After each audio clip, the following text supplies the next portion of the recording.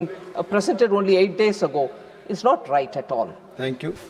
माननीय सदस्यगण please please नहीं please please माननीय सदस्यगण, ये आप सबसे अपेक्षा की जाती है कि रिटन स्पीच पढ़ने के बजाय अपने आप पॉइंट्स कहें। प्लीज आप सभी सदस्यों से do not read, you are not suppose to read your written statements. Please माननीय श्री राघव चड्ढा। सर अक्सर देखा जाता है कि जब वित्त मंत्री जी बजट पेश करती हैं, कृपया तो चेयर पे बैठ कर ना बोले सर। अक्सर प्लीज प्लीज प्लीज। अगर समय देंगे तो हम बगैर पेपर देख के बोलेंगे, मगर समय नहीं होगा तो पेपर पढ़ना पड़ेगा सर। आप बहुत सीनियर सदस्य हैं, समय आवंटित होता है पार्टी दलों के द्वारा बीएससी मीटिंग में, ये चेयर नहीं करता, आप जरूर जानती होंगी। Please Raghav Chadha ji please. Sir अक्सर देखा जाता है जब वित्त मंत्री बजट पेश करती हैं तो रूलिंग कोalition के जो एमपीज हैं, जो ट्रेजरी बेंचेस पर बैठते हैं, वो सरकार की तारीफ करते हैं और कहते हैं कि इससे भारतीय अर्थव्यवस्था में क्रांति आ जाएगी इस बजट से। और विपक्ष में जो बैठे हैं वो अक्सर निंदा करते हैं, कहते हैं किसान की कमर तोड़ दी, बहुत महंगाई हो गई, अमीर और अमीर हो रहा है, गरीब और गरीब हो रहा है। लेकिन मैं आज प्रयास करूंगा कि एक ऑब्जेक्टिव एनालिसिस इस बजट का करूं और कंस्ट्रक्टिव क्रिटिसिज्म अपना आपके माध्यम से वित्त मंत्री को दूं। So the title of my speech is The Good, the Bad and the Way Forward. 4 good things that I found in this budget, 4 bad things that I found in this budget, and 4 innovative suggestions to the Honorable Finance Minister.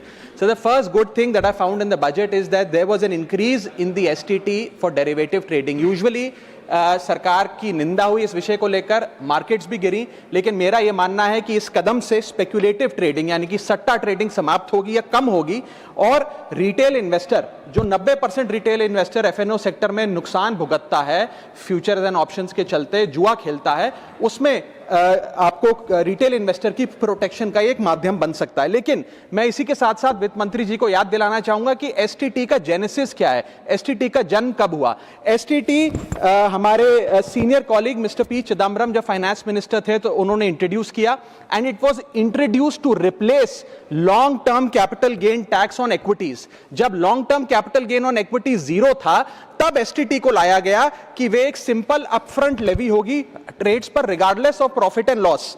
लेकिन अब सरकार ने long term capital gain tax भी लगा दिया, STT भी लगा दिया और रिटेल इन्वेस्टर को और तमाम इन्वेस्टर्स को एक प्रकार से डिसइंसेंटिवाइज किया। मैं एक सुझाव लाया हूं सरकार के लिए जिससे long term house hold earnings बढ़ेंगी, वेल्थ क्रिएशन होगा और वेल्थ पार्किंग रियल एस्टेट और गोल्ड के सेक्टर से निकलकर इक्विटीज में आएगी और स्पेक्युलेटिव ट्रेडिंग और कम होगी और long term investment behaviour investors का बढ़ेगा। वो की है कि long term capital gain tax on equities should be made nil in this country for individual investors. दुनिया की कई ऐसे देश हैं जिसके अंदर long term capital gain tax equities पे खास तौर पे शून्य है, जैसे कि Switzerland, Singapore, UAE, New Zealand, Hong Kong, Qatar, Malaysia. मैं चाहूंगा कि जब एसटीटी बढ़ाया जा रहा है तो इसी बजट में ही long term capital gain tax को जीरो किया जाए। सर मेरा दूसरा जो मैं सरकार के बजट को एक्नॉलेज करना चाहूंगा वो ये है कि कैपेक्स के जो एक्सपेंडिचर एलोकेशन होता है उसमें एक बढ़ोतरी देखी गई। जहां वित्तीय वर्ष 18-19 में मात्र 3 लाख करोड़ कैपेक्स था, वो इस वित्तीय वर्ष में 12 लाख करोड़ तक पहुंचा है, which is 4.4% of the GDP, which is a good step. It will have a multiplier effect and it will prioritise asset creation. लेकिन इसके साथ साथ सरकार को 5 साल में क्या कैपेक्स वो कौन कौन से क्षेत्रों में खर्चा करने जा रही है उसका एक ब्यौरा देना चाहिए ताकि प्राइवेट सेक्टर भी इस कैपेक्स के खर्चे को मैच कर सके।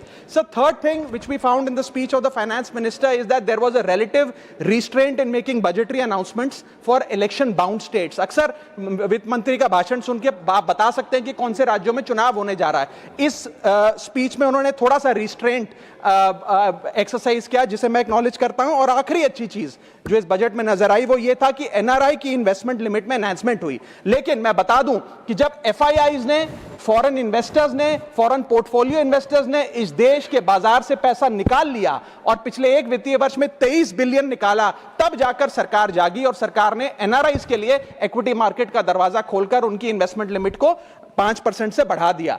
इसमें कोई दो राय नहीं है कि इससे इन्वेस्टर्स 32 मिलियन एनआरआई इन्वेस्टर्स को अब भारतीय बाजार में पैसा डालने का मौका मिलेगा। लेकिन इसी के साथ साथ सरकार को इस पर भी गौर फरमाना चाहिए कि क्यों फॉरेन इन्वेस्टर्स भारत से पैसा निकाल कर बाजार को छोड़कर जा रहे हैं। Sir, now I come to the bad part of the budget. First thing is the debt to GDP crisis. सरकार ने और डेट लेने के लिए, कर्जा लेने के लिए इस बजट में फॉर्मूला ही बदल दिया।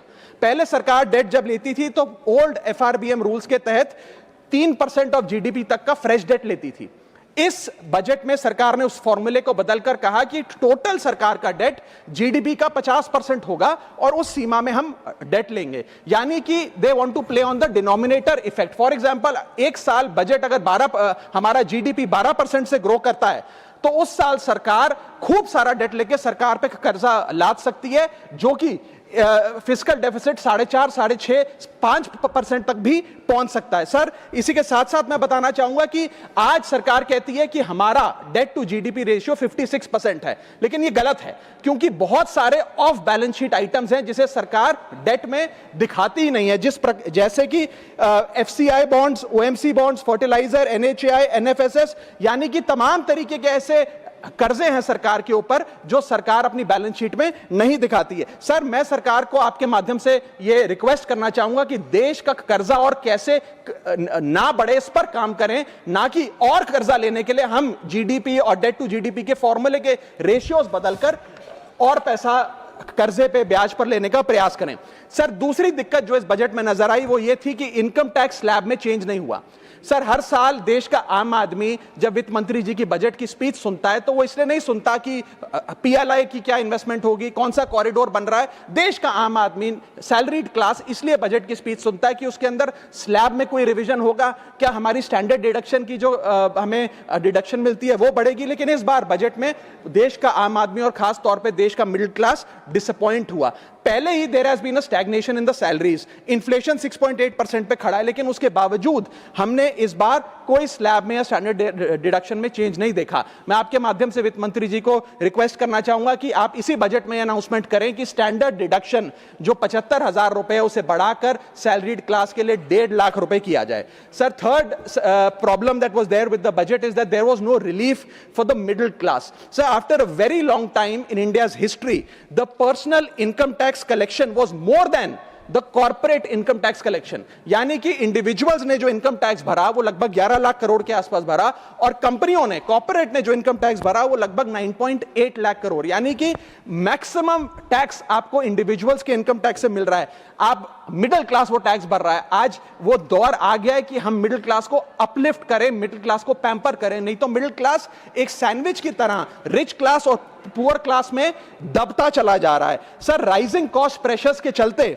पिछले वित्तीय वर्ष में मिडिल क्लास ने देखा कि उसके एजुकेशन के खर्चे में 8% की बढ़ोतरी हुई, हेल्थ केयर 9% से महंगा हुआ, रेंट 7% से, फूड 6% से, ट्रांसपोर्ट 5% से। मेरा रिक्वेस्ट यह है माननीय फाइनेंस मिनिस्टर से कि वो इनकम टैक्स में रियायत देकर या तो मिडिल क्लास को कोई रिलीफ दें, और अगर इनकम टैक्स में रियायत नहीं दे सकती हैं तो उसकी सेविंग्स और इन्वेस्टमेंट्स पे उसको बेनिफिट दें, उसे इंसेंटिव्स दें कि वो ज्यादा बचत करे, ज्यादा वेल्थ क्रिएशन कर पाए। Sir, fourth problem in this budget that I found was the budgetary allocation to health, which is low and which certainly needs a relook. Sir, आज हमने अपने टोटल गवर्नमेंट एक्सपेंडिचर का 2% हेल्थ को allocate किया है, लगभग 1 लाख करोड़ के आसपास। नेशनल हेल्थ पॉलिसी 2017 बताती है सर, और सरकार का ये अपना ऑब्जेक्टिव रहा है, गोल रहा है, that spending on public health should be 2.5% of GDP. आज हम 2026 में खड़े हैं, हमारी पब्लिक हेल्थ पे स्पेंडिंग मात्र 0.5% ऑफ जीडीपी। हम अपने लक्ष्य से कोसों मील दूर हैं। जहां यूएस में 18% ऑफ जीडीपी हेल्थ केयर पे खर्च होता है, यूके में 12%, जर्मनी में 13%, स्वीडन में, नेदरलैंड में, डेनमार्क में, जापान में, स्पेन में 10% ऑफ जीडीपी खर्च होता है, क्योंकि वो देश जानते हैं कि जान है तो जहान है। लेकिन हमारे देश में मात्र 0.5% ऑफ जीडीपी हम अपने हेल्थ पे खर्च करते हैं, और इसके चलते आलम यह है कि सरकारी अस्पताल में अगर आप चले जाइए, which is called the backbone of India's healthcare, वहां पर आपको पुरानी जर्जर बिल्डिंग मिलेंगी, मैसिवली अंडरस्टाफ्ड हॉस्पिटल मिलेगा, ओवरवर्क डॉक्टर मिलेंगे, पॉपुलेशन के हिसाब से बेड नहीं मिलेगा, जांच के लिए मशीनें नहीं हैं, दवाइयों की कमी है, और अगर इलाज की ऑपरेशन की डेट मिल भी जाए तो वो डेट इतनी दूर होती है तब तक मरीज चल बसता है. Sir, the reality is that Covid made us realise and it was a wake up call for India's public health infrastructure. And I want to ask the house today, are we prepared,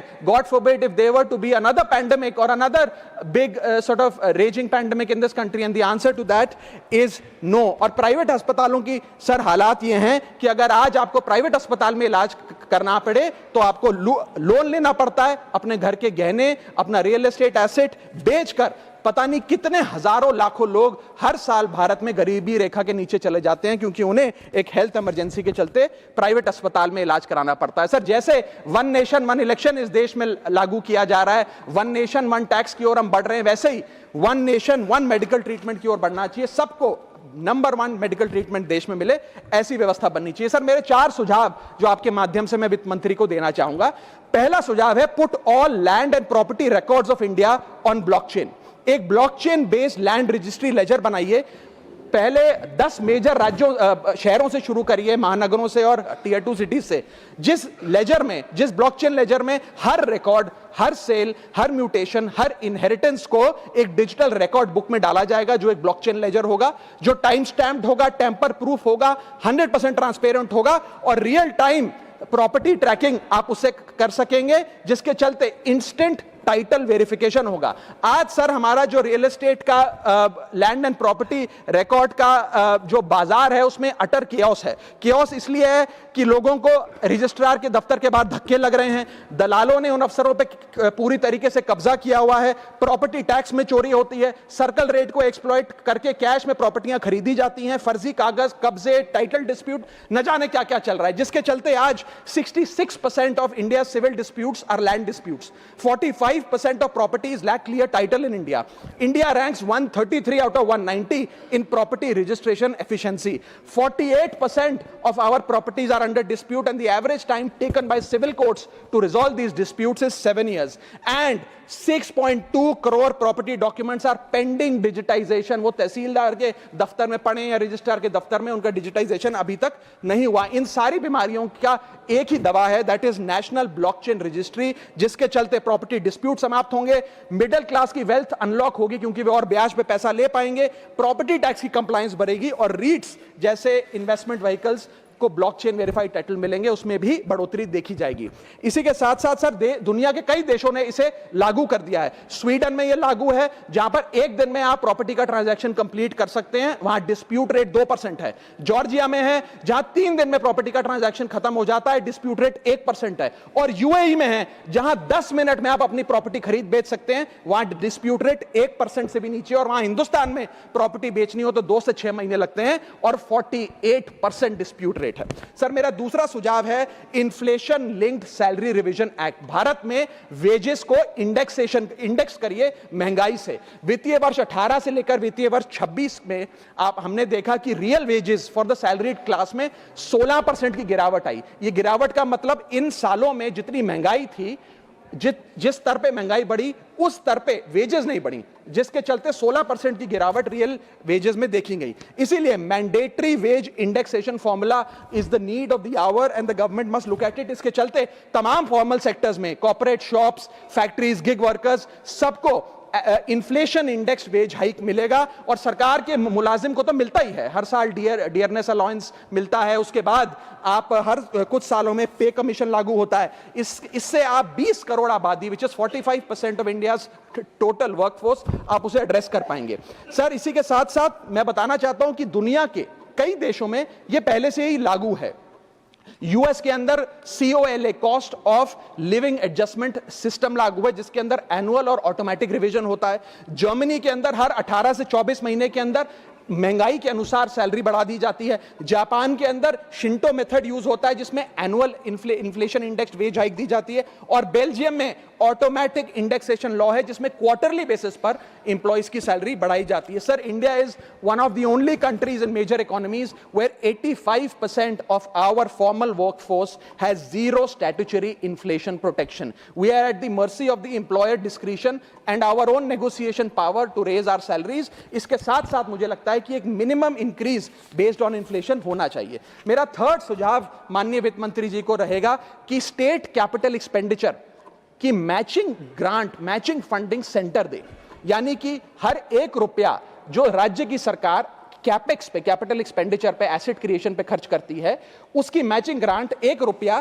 केंद्र द्वारा राज्यों को दिया जाना चाहिए, not as loan but as a grant. आज state capex में 2 bottlenecks है। पहला बॉटलनेक है बोरोइंग कैप, यानी कि कोई भी राज्य अपने स्टेट जीडीपी से 3% से ज्यादा ब्याज पर पैसा नहीं ले सकता, वो कैपेक्स पे नहीं खर्च करता, वो तमाम तरीके के ऑपरेशनल खर्चे करता है। और सेकंड प्रॉब्लम है कि अगर केंद्र सरकार पैसा देती भी है राज्यों को कैपेक्स के लिए, वो लोन की सूरत में देती है, और कंडीशनल लोन की किस एसेट पे कितना खर्च होगा, एक कंडीशनल लोन दिया जाता है। मेरा सुझाव है that replace this loan with conditions given by the centre to grant with trust, grant based on trust by the centre. Sir, centre को आने वाले 5 वर्षों के लिए 1.5 लाख करोड़ आवंटित करना चाहिए, not as loan but as these capex grants, ताकि राज्यों में सड़कें बने, इरिगेशन नेटवर्क बने, लोकल पावर इंफ्रास्ट्रक्चर बने, ड्रिंकिंग वाटर सैनिटेशन हो, और अर्बन इंफ्रास्ट्रक्चर में एसेट क्रिएशन, एसेट फॉर्मेशन किया जाए। As not as loan, not on interest, not with principal and with no conditionality. अगर ऐसा होता है तो सबसे पहले तो स्टेट की बैलेंस शीट में this grant will not sit as debt, state की बैलेंस शीट सुंदर होगी, बेहतर होगी। दूसरा, खुलकर राज्य कैपेक्स पर खर्च कर पाएंगे। Third, it will be a high growth and a high job creator, एक ग्रोथ मल्टीप्लायर और जॉब क्रिएटर के तौर पे इसका इस्तेमाल होगा, क्योंकि हर 1 रुपया जो आप कैपेक्स पे खर्च करते हैं उससे भारत का जीडीपी 2 से 3 रुपए बढ़ता है in a span of 3 to 5 years। Cooperative federalism मजबूत होगा, और साथ ही साथ states will become builders and not borrowers in the eyes of the centre. Sir, मेरा चौथा सुझाव जो माननीय वित्त मंत्री जी के लिए है वो ये है कि legalise virtual digital assets as an asset class. India में अभी सर वैसे ही डी फैक्टो लीगलाइज टैक्सेशन है वर्चुअल डिजिटल एसेट्स, यानी कि crypto currency, stable coin etcetera, क्योंकि अगर उनकी खरीद बेच पर कोई मुनाफा होता है तो 30% फ्लैट इनकम टैक्स लगता है, और 1% ट्रांजैक्शन टैक्स जो अपनी वस्तु बेच रहा है उसे सरकार को जमा कराना पड़ता है। But they are somehow not recognised as an asset class. VDS जो वर्चुअल डिजिटल एसेट्स है, एक एसेट क्लास का दर्जा नहीं दिया गया, जिसके चलते कोई डेडिकेटेड लाइसेंसिंग लॉ नहीं है, कोई क्लियर कंज्यूमर या इन्वेस्टर प्रोटेक्शन कानून नहीं है, AML कानून यानी कि एंटी मनी लॉन्ड्रिंग गाइडलाइंस और डायरेक्शंस इस एसेट क्लास के लिए नहीं है, and there is of course no explicit legal classification. As a result what has happened is that 4.8 lakh crore trade in this virtual digital assets has moved offshore. Bharat के बाहर निकलकर वो अन्य देशों में, दुबई, सिंगापुर, मलेशिया और अन्य देशों में इसका ट्रेड हो रहा है जो भारतीय कर रहे हैं। Second thing that has happened is that 73% of India's crypto trading volume in financial year 25 has moved to offshore exchanges. What has further happened is that 180 virtual digital asset startups have moved to countries like Dubai and Singapore, and as a result जो देश, भारत देश के 12 करोड़ ऐसे लोग हैं जो इन virtual digital assets में, crypto में, RWA यानी कि रियल वर्ल्ड एसेट में, स्टेबल कॉइन में इन्वेस्ट करना चाहते हैं, वो ऑफशोर जाकर इन्वेस्ट कर रहे हैं। जरूरत है कि हम कंप्लायंस हिंदुस्तान में लागू करें, उसे हेविली रेगुलेट करें, लेकिन उसे ऑनशोर लाएं। इसके चलते अगर ऐसा होता है तो सरकार के खजाने में 15 से 20 हजार करोड़ रुपए का इजाफा होगा, उन्हें उतना टैक्स मिलेगा। और इसी के साथ साथ मैं सरकार को कहना चाहता हूं that we currently tax these virtual digital assets as if they are legal, but we regulate them as if they are illegal. मेरा सुझाव है कि इसे heavily regulate करिए, रिंग फेंस करिए इस इकोसिस्टम को, AML गाइडलाइंस यानी कि एंटी मनी लॉन्ड्रिंग कानून और मजबूत करिए, लेकिन prohibition is not protection, regulation is protection. Thank you so much, sir. Thank you, धन्यवाद माननीय राघव चड्ढा जी।